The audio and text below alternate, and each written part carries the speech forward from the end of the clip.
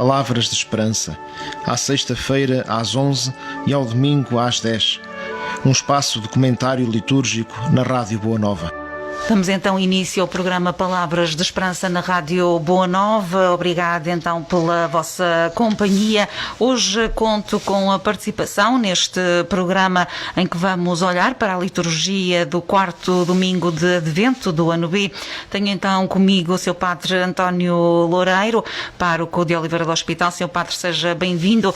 Durante a manhã estivemos a indicar que seria o Padre Pedro a marcar presença, no entanto, tal não foi possível e marca aqui presença junto de nós o Sr. Padre António Loureiro. Bom dia. Muito bom dia, uma saudação a todos os nossos ouvintes. Estamos já muito perto do Natal, então os votos de que todo este período seja de bem preparar a alegria do Natal que vem pelo nascimento de Jesus. É isso mesmo, Sr. Padre, caminhamos para o Natal. Vamos então olhar já daqui a pouco para o quarto domingo do Advento, mas como é hábito também, vamos aqui fazer alguns avisos, olhar para outras situações, nomeadamente o aniversário do Papa Francisco, comemorou 84 anos. Exatamente, no dia 17, para quem ouve hoje em direto ontem, o Papa celebrou o seu aniversário e depois quis também celebrá-lo com dois gestos muito simpáticos. Um foi que ofereceu 4 ventiladores para as crianças com mais necessidades na Venezuela. Portanto, um sentido de solidariedade para com aqueles que têm mais necessidade, e neste dia foi essa.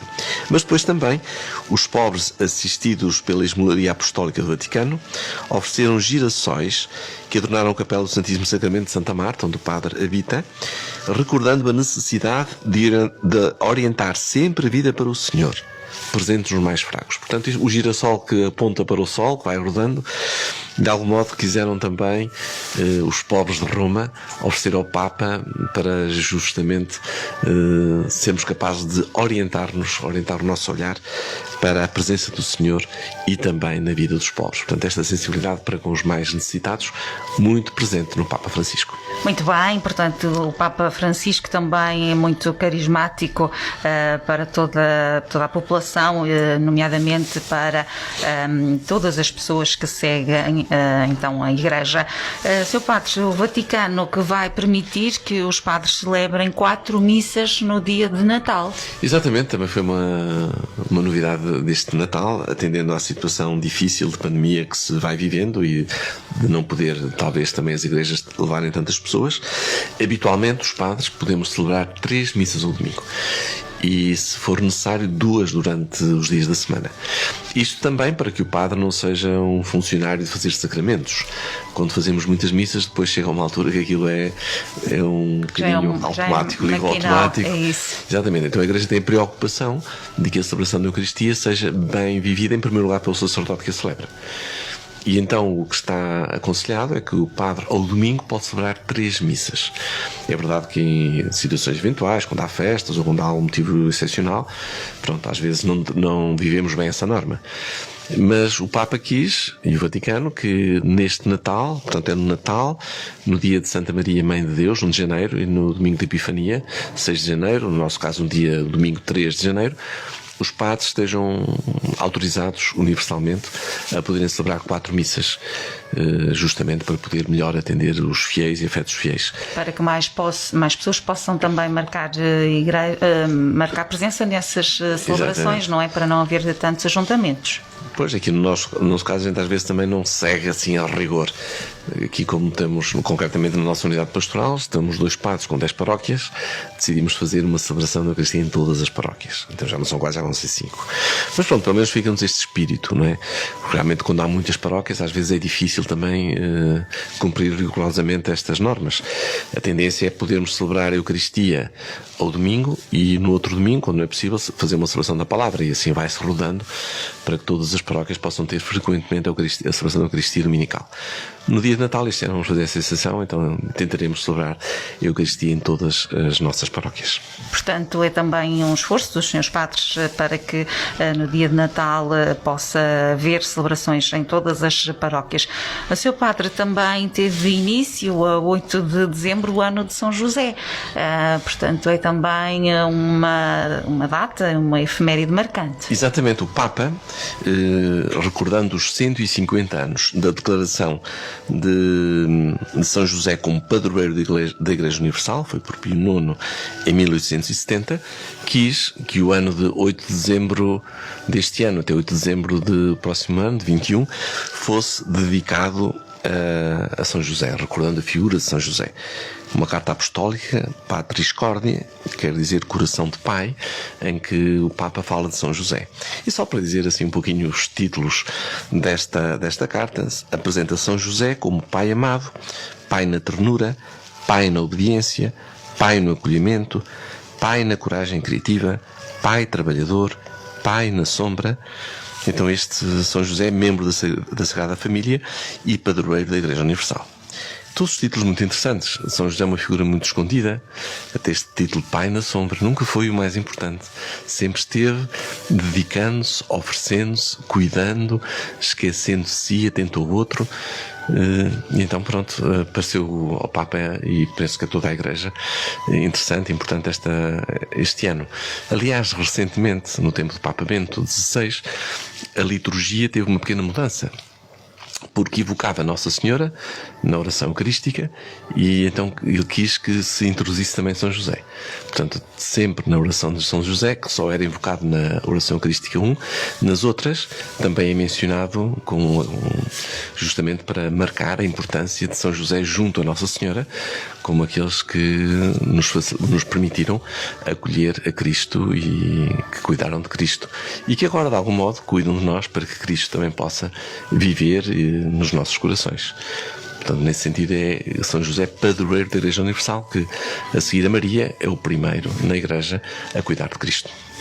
Muito bem, portanto, uma efeméride importante de sublinharmos aqui também no nosso programa. Sr. Padre, olhemos também para a situação da pandemia. Oliveira do Hospital foi elevado para o risco de contágio muito elevado. Portanto, trata-se do nível laranja. Caminhamos, se a situação se mantiver, também para o nível vermelho. Isto também traz muitas restrições à vida da Igreja, nomeadamente a participação dos fiéis nas celebrações. Pois, aqui é realmente um problema. Temos de estar todos muito atentos a este expandir da pandemia e sermos todos muito cuidadosos. Talvez tenhamos facilitado um pouquinho, talvez facilitemos demasiadamente agora neste Natal.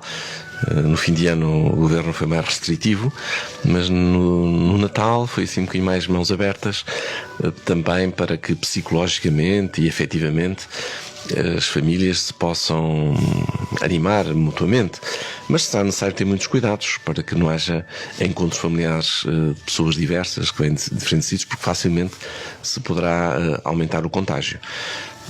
Parece que o contágio acontece sobretudo quando se está a conviver sem máscara, sem uma barreira. E então também a responsabilidade que todos estamos chamados a ter para que esta situação de pandemia não venha a crescer. Infelizmente temo que em janeiro a coisa esteja ainda pior do que está agora. Mas fica depois o problema da fé. Não é? Então somos chamados a viver este Natal na fé e de um modo intenso. Nós tínhamos programado ter uma Eucaristia com as crianças da catequese, já separada da Eucaristia dominical em muitas paróquias, por causa das restrições ao número de participantes na Eucaristia, mas penso que somos chamados, apesar desta situação, a poder participar e viver a fé e ajudar as crianças a descobrir a fé. Penso que a Igreja tem que estar atenta ao que acontece, mas não pode fechar as portas, nem pode desistir de ser esperança e de ser luz e de ser conforto e de ser consolação e de anunciar a Cristo que nasce como Salvador de todo o homem. E então eu pessoalmente creio que todos necessitamos de Deus e necessitamos também de ajudar as nossas crianças a saberem que mesmo na pandemia a alegria do Natal é a alegria de Natal. E o que o Natal é o nascimento do Senhor. E se a família não se pode reunir, podemos louvar o Senhor. E então fica também este convite para que, apesar das dificuldades e dos maiores cuidados, pois possamos também, com as nossas crianças, participar nestas Eucaristias, que são, não digo à porta fechada, mas são especialmente dedicadas à catequese, para que as nossas crianças também descubram o sentido do Natal.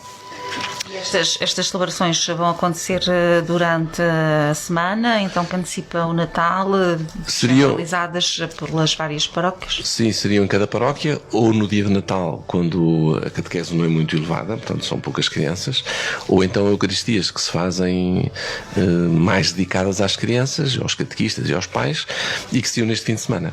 Portanto, basicamente, estava programado que este fim de semana pudéssemos ter essas eucaristias.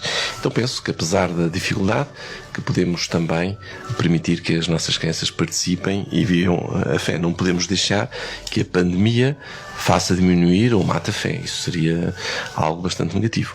E temos esta tensão. Não é? É verdade que é preciso maior segurança, é preciso maior cuidado, mas temos também a missão de anunciar a Cristo. E isso também é consolação, é conforto, é esperança no meio desta situação difícil.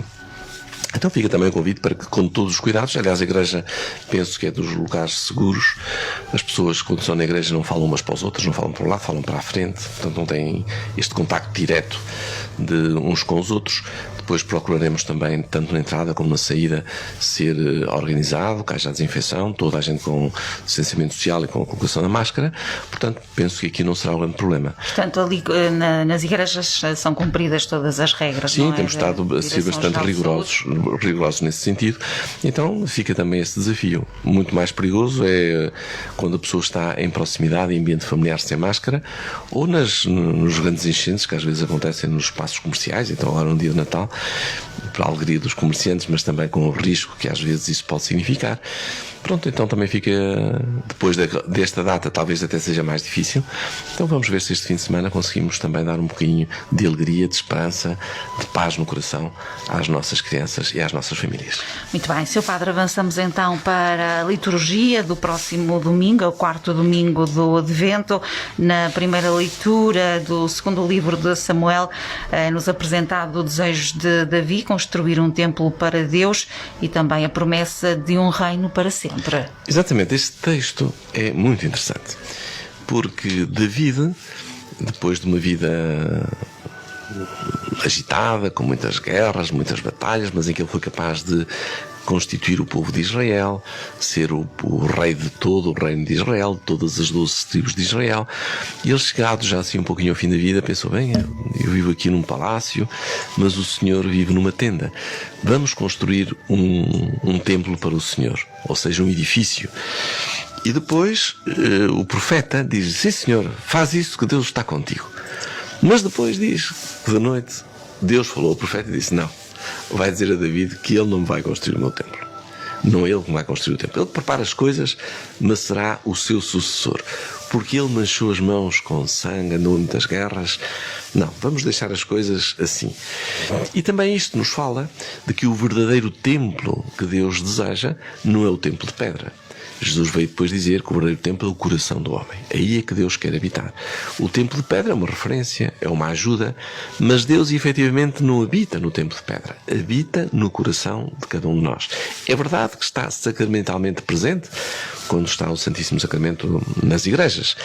O templo de pedra também é necessário para o culto, para o louvor a Deus, como era o templo, muito importante, o templo no Antigo Testamento. Mas, pronto, mais importante que o templo é o coração que acolhe o Senhor. E depois fica também esta nota, não é?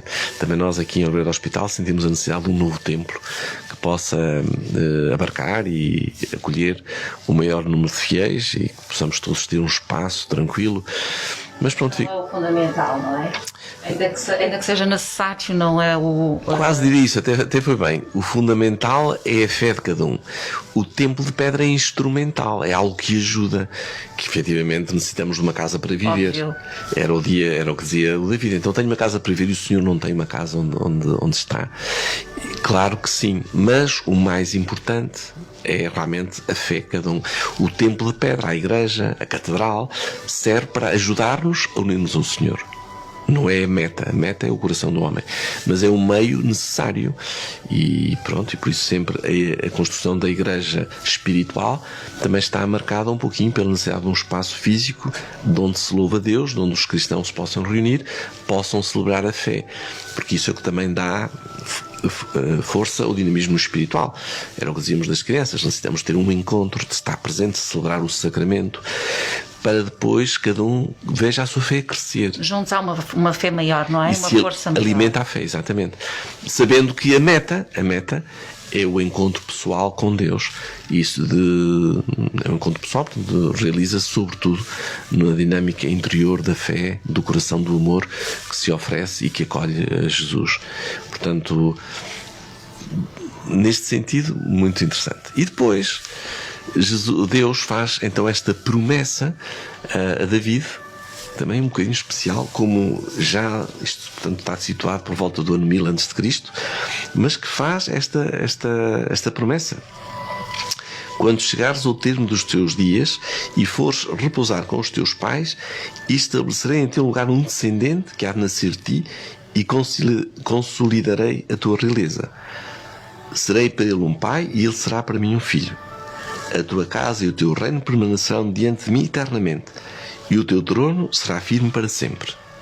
Uma promessa estranhíssima feita a David, o primeiro rei de Israel, que depois se veio a cumprir através do seu filho Salomão, que curiosamente não era o primogénito, mas foi o que ele escolheu, e depois há toda uma cadeia de sucessão que vai desembocar em Cristo. Cristo, filho de David, através de uma descendência, de uma linhagem real, digamos assim, através de São José, David, filho de Abraão. Portanto, temos aqui realmente esta dimensão humana em que Jesus aparece como aquele que cumpre esta promessa de um reino para sempre. Então, em Jesus acabaram-se os reinos da terra, é o reino espiritual. Jesus próprio disse: eu sou o rei, mas o meu reino não é deste mundo. Portanto, ele vem realmente ser o cumprimento da promessa já feita a David, e que talvez ele não soubesse.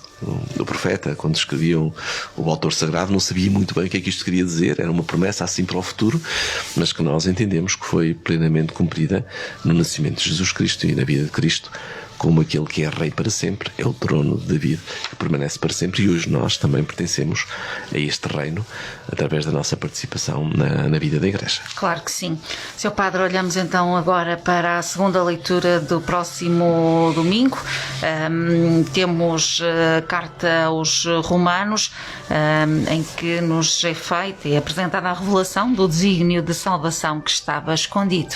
Exatamente, muito interessante. É um pequeno trecho do final da carta de São Paulo aos Romanos, onde ele diz: esta é a revelação do mistério que estava encoberto desde os tempos eternos, mas agora foi manifestado e dado a conhecer a todos os povos. Portanto, no fundo, o que é que está a dizer?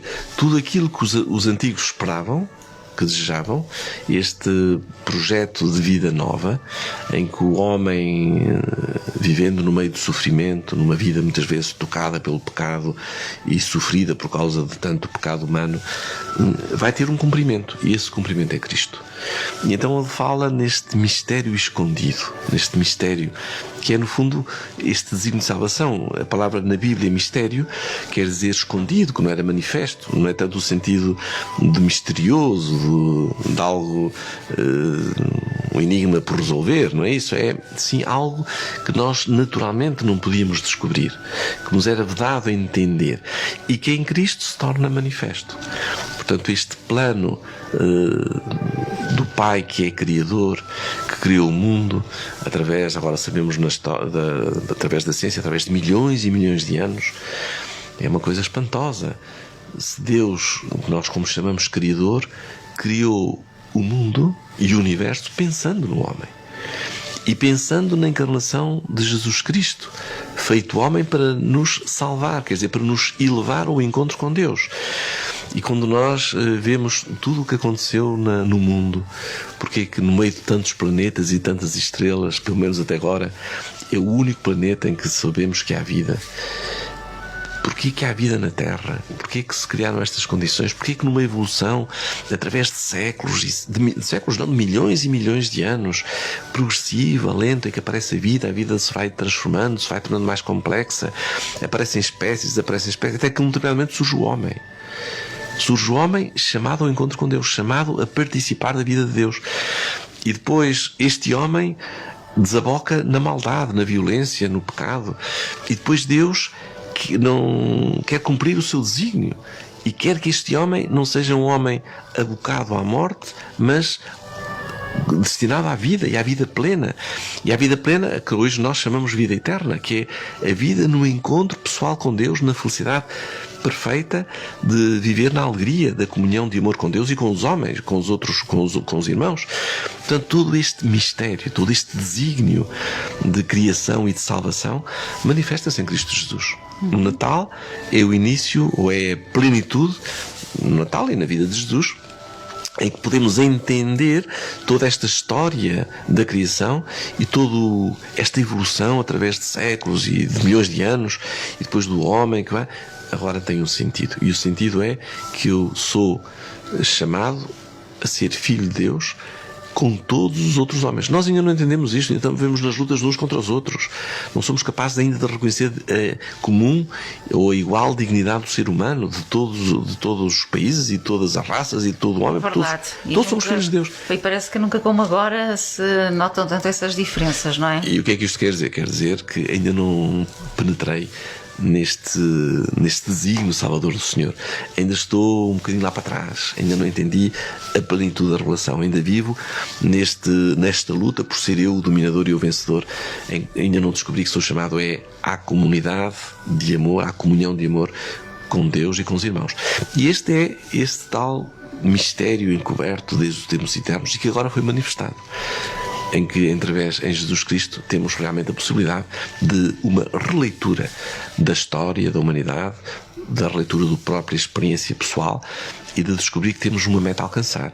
E essa meta é jubilosa, é de alegria, é a mesma que Cristo nos vem mostrar.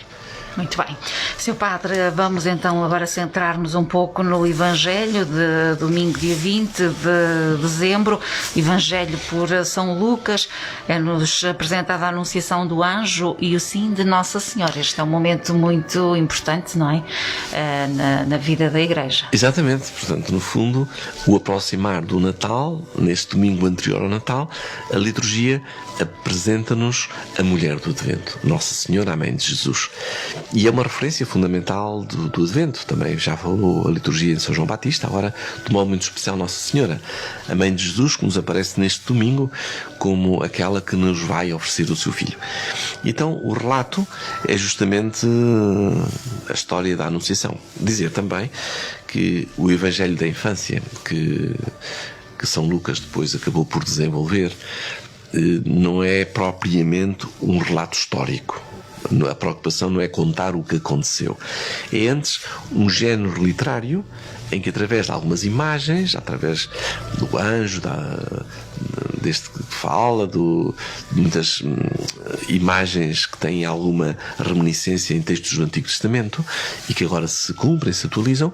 Portanto, o objetivo é transmitir uma catequese, uma mensagem.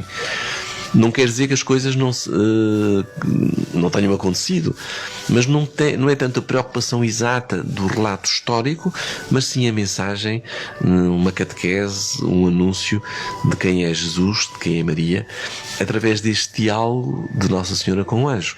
Será que realmente um anjo apareceu a Nossa Senhora e falou com ela de modo visível? Não sei. Poderá eventualmente ter sido uma experiência mística, assim muito, muito particular. Mas o interessante é o que aqui se diz, é o que aqui é narrado como mensagem, e essa sim tem uma força muito poderosa. Então o que é que acontece? Acontece que Nossa Senhora, diz-nos o texto, não é? O anjo Gabriel foi enviado por Deus a uma cidade da Galileia chamada Nazaré, uma virgem desposada com um homem chamado José, que era descendente de David, a tal descendência que falávamos na primeira leitura. E então o que é que acontece? Maria deveria ser uma jovem. Diz que estava desposada. Na cultura de Israel, o matrimónio, o casamento, tinha dois momentos. Eram os esponsais e depois o compromisso definitivo. Nos esponsais havia já um compromisso solene de mútua entrega, mas ainda não havia a vida em comum.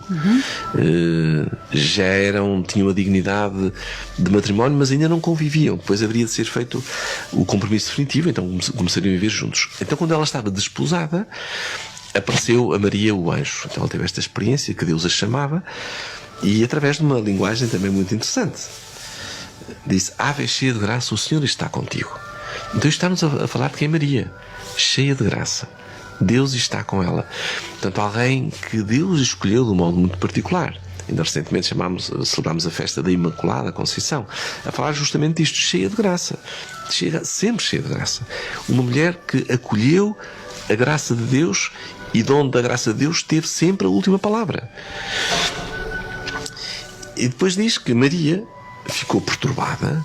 Oi, o que é que me está aqui a acontecer? Claro. Portanto, este encontro com Deus é sempre assim um bocadinho de surpresa, não é? O que é que isto significa?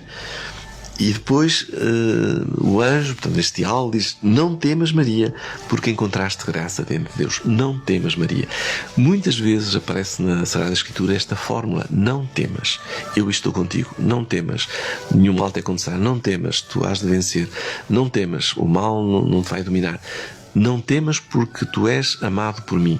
Desde o Antigo Testamento até o Novo Testamento, este não temas muito presente. Até os estudiosos dizem que há 365 vezes que aparece o não temas, que nos diz, mas através de toda a Escritura, como Deus a dizer: não temas cada dia da tua vida, porque eu estou contigo, eu estou perto de ti. Então este não temas, muito importante. O anjo que diz: tu, Maria, foste escolhida por Deus, e Deus tem um desígnio especial para ti. Conceberás à luz e darás um filho, e o seu nome será Jesus. Maria diz: oi, vou ter um filho, mas eu ainda não estou casada, ainda não vivo, ainda não tenho relações conjugais. Como é que eu vou ter um filho? O que é que me estás a falar? Portanto, Maria dialoga com Deus. Mas este é um diálogo muito especial. Não é dialogar como quem, ou perguntar a Deus como quem não acredita, mas como quem deseja entender. E essa é a diferença. Muitas vezes vem-nos a palavra de Deus e o meu diálogo é: isto é impossível, isto não pode ser, isto não é para mim. Maria não. Então, mas isso, o que é que isto quer dizer? Como é que eu posso fazer isso? Eu realmente não sei. Por mim eu não sou capaz, mas o que é que acontece? Então este é o diálogo verdadeiramente importante. Aprendermos também com Maria a dialogar com Deus. Deus não quer uma obediência cega. Não é? Faz isto, eu faço, já está. Então, não. Dialoga, entende, porque é uma relação humana, ou uma relação de estilo humano, em que é necessário a adesão do coração. Então o anjo explica que o que vai nascer como filho de Maria é fruto do Espírito Santo. Não lhe diz: olha, vais ter relações com José e depois vais ter um filho. Diz: olha, o que vai nascer de ti é um dom do Espírito Santo, porque Deus escolheu-te para estar presente no meio dos homens.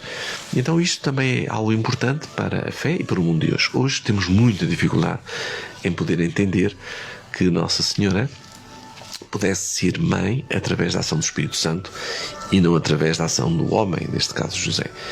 Aliás, na vida da Igreja sempre foi algo difícil este entendimento. Muitas vezes se disse que Maria terá tido um filho com José e que depois Deus assumiu como seu filho. Mas isto não pertence à fé católica. Isto aliás, foi definido como uma heresia. Portanto, não é a expressão do pensamento. O filho de Maria é o filho de Deus. É o filho de Deus feito homem. E essa é a novidade radical deste mistério, deste desígnio salvador de Deus. Do mesmo modo que Jesus ressuscitou, que é algo também impensável, nós também dizemos o que é que isso é, como é que ressuscitou, estava morto. Não é? Muita gente questiona. Mas aí nasce a fé. Ou ressuscitou ou não ressuscitou. E São Paulo dirá: se não ressuscitou, ou não se acredita. Se não ressuscitou, é a nossa fé. Andamos aqui todos a pensar numa coisa que não é verdade. Agora, se ele ressuscitou, se ele está vivo, então é porque ele é o Senhor, é o Deus connosco. E do mesmo modo que Jesus ressuscitou, desse mesmo modo encarnou no seio de Maria. E portanto esta é a fé da Igreja. E São José, por isso é também a sua importância, acolheu o filho de Maria como seu filho. Não sem que ele também não tivesse passado por muitas dúvidas, como também o Evangelho de São Mateus nos apresenta. Mas, então, este desígnio especial em que Deus atua em Maria de um modo absolutamente diferente. A graça de Maria, depois também nós, de algum modo, participamos através do nosso batismo. Mas é um privilégio, um momento especial em que é o Espírito Santo que vai fecundar, digamos assim,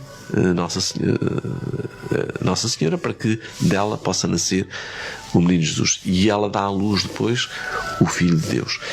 E, portanto, este menino é algo muito particular. Não é alguém que nasce através de uma via simplesmente natural, mas digamos que é um milagre muito concreto. E este é o verdadeiro milagre. É a ressurreição e depois o mesmo da ressurreição, a encarnação do Filho de Deus. Depois também é interessante que o anjo, neste diálogo, diz: olha, e também a tua parente Isabel, na sua velhice, também ela vai ter um filho. Uma espécie de dizer: olha, Deus é poderoso, é um sinal. Não é? Isto é uma espécie de sinal que ajuda a Maria a entender este poder e esta vontade. E a aceitar, não é? E a aceitar, exatamente. Muito bem. E então Maria tem esta resposta espetacular que nós todos somos convidados também a poder dizer, não é? Eis a serva do Senhor, faça-se em mim segundo a tua palavra. Portanto, Maria, depois do diálogo com Deus, dá o seu sim. Este fiat, que diziam em latim, não é? Faça-se em mim segundo a tua palavra. É o sim de Nossa Senhora que também eu e cada um de nós somos chamados a dar. Até temos aqui uma vocação que apareceu assim, não é? Nossa Senhora do Sim, ensinai-nos a dizer sim também. Se tu disseste sim com tanta certeza e com tanta fé e com tanto compromisso, ajuda-me também a dar o meu sim. Toda a vocação é um sim, toda a vida cristã é um sim, toda a nossa vida humana de relação com Deus é chamada a ser um sim como o de Maria. Ou seja, que eu entenda que Deus tem algo para me dizer, que eu dialogo com Deus para entender a sua vontade, este seu desígnio, e que depois no meu coração brota um sim. Mas não é um sim de lábios, é um sim do coração, é um sim que compromete a vida. Nunca mais Maria pôde andar para trás. Vai nascer um filho, tem que o proteger, toda a sua vida está em função do seu filho. Então o sim de Maria abarcou a sua vida inteira. Vai-no renovar de um modo muito particular depois junto à cruz, quando São João diz que ela estava de pé junto à cruz e ela aí ofereceu de novo o seu sim a Deus. Portanto, esta perfeita comunhão com a vontade do Pai. De algum modo nós também. A mim é fácil dizer sim, mas depois a seguir logo vem um não. Queres vir para padre? Sim, eu vou e tal. Mas depois vem uma dificuldade. Oh, senhor, mas será mesmo? O que é que eu estou aqui a fazer? Devia andar, mas era noutra vida. E demos isto no padre, estou a dizer porque é a minha experiência, mas também digo isto da vida matrimonial, que também deram sim, mas depois aquilo anda para trás e olha como estão as famílias hoje. Porquê? Falta-nos, sim, é um compromisso, não é? Falta-nos este diálogo com Deus, falta-nos este sim do profundo do coração e depois alimentar este sim cada dia, sentir que eu estou comprometido e que não posso andar para trás. Não é um sim ou não. E, aliás, é uma expressão também da Sagrada Escritura. Jesus não foi um sim ou não, é um sim. É um sim ao Pai. E Nossa Senhora também. Então que Nossa Senhora do Sim também nos ajude todos nós e que sejamos capazes de dar um sim de coração ao Senhor que nos comprometa com esse mesmo sim. Compromisso. Sr. Padre, estamos a terminar, já vamos longos neste programa Palavras de Esperança, que acontece em direto esta sexta-feira, dia 18, e temos reposição no domingo, dia 20, a partir das 10 da manhã. Estamos então a olhar para o quarto domingo do Advento. Sr. Padre, temos sempre uma sugestão musical com que fechamos o nosso programa. Com que é que hoje nos brinda então?